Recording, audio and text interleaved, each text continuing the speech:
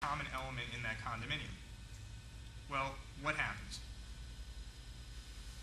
The lien that you get, let's assume it's for a roof, because I'm going to give you a case where it actually was a roof. This was the Royal Ambassador condo case.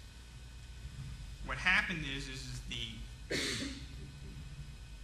condominium defendant saying, hey, you have to drag in every single unit owner and sue every single unit owner in the entire building. Well, the appellate court disagreed. They said no. The condominium association operates on behalf of, they've been elected by the condominium unit owners. They operate on behalf of the unit owners. You only have to sue the condominium association as the representative class of the entire condominium. But what does your lien extend to? Your lien only extends to, and here are the terms, and this is how you get away with only filing one lien instead of 100 liens against every single unit. The terms are, in your lien, against all units in accordance with their respective percentage share of the common expense of the condominium. In other words, and this language would be fine too, because this language came out of another case. The lien claimed on each unit is limited to that unit's proportionate share of common expenses. So let's assume that I don't pay there's a lien on my building. I own the penthouse, which is half of the floor in Hollywood.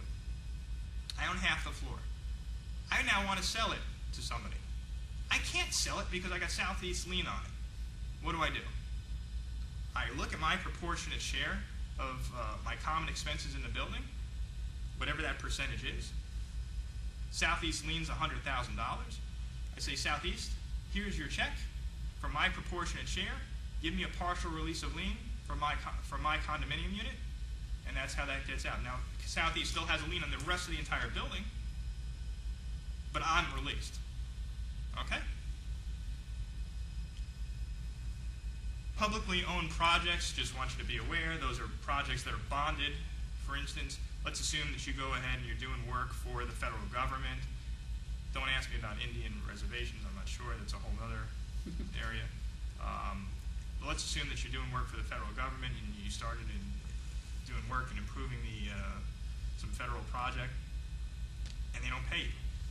You're not going to be able to foreclose on that property, get the property, and come over there and say, hey, guess what, this is now the new sovereign of me, and put a flag in the property. It ain't going to happen. There are bonds on those projects, so you go after the bond.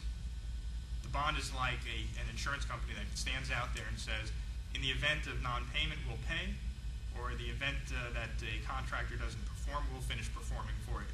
There are different types of bonds. There are performance bonds and there's payment bonds. But today we're really talking about liens for the most part. And the last part is unreimbursed project funds. This is not really real estate. What I'm saying is that let's assume that there's a lender out there who isn't paying. I may want to put what's called an equitable lien against those funds, saying, hey, look, those funds need to be directed to me instead of going to somebody else. So it's not technically real estate. I'm just saying sometimes there's another avenue to go out there. And this isn't going to be anything that you can do. This would be something that a lawyer would have to do to go after some construction funds. Next page, we're on number 4. When an owner has no interest in the real estate, you can remove the items. Well, let's go back. Who has no interest in real estate? Tenants, for the most part. I'm going to talk to you about two things. Number one, 713.11 says if the contracting party has no interest in the real estate, then you can lien the improvement. And the way it's interpreted is to the extent removal is practical.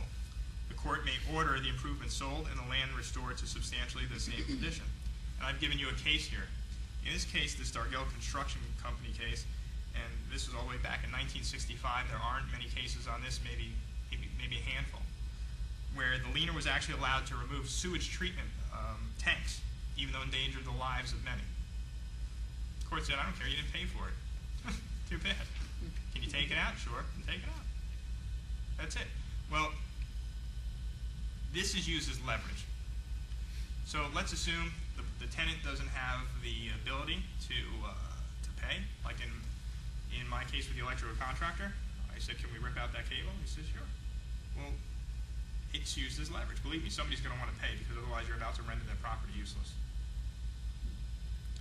I'll give you another example of where I'm using it in different forms, and that is a lot of cases I'm confronting.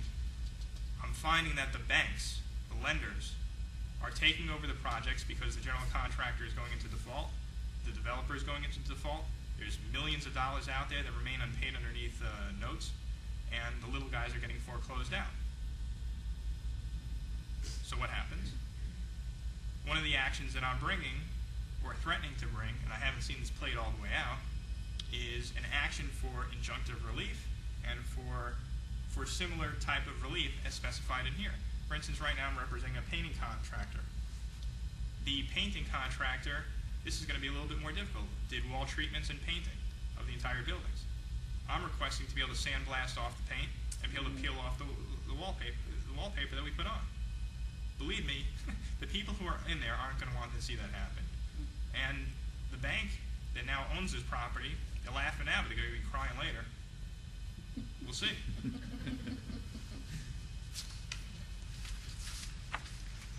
Labor, materials, or services which are lienable. We are going to come back to this definition 100 times.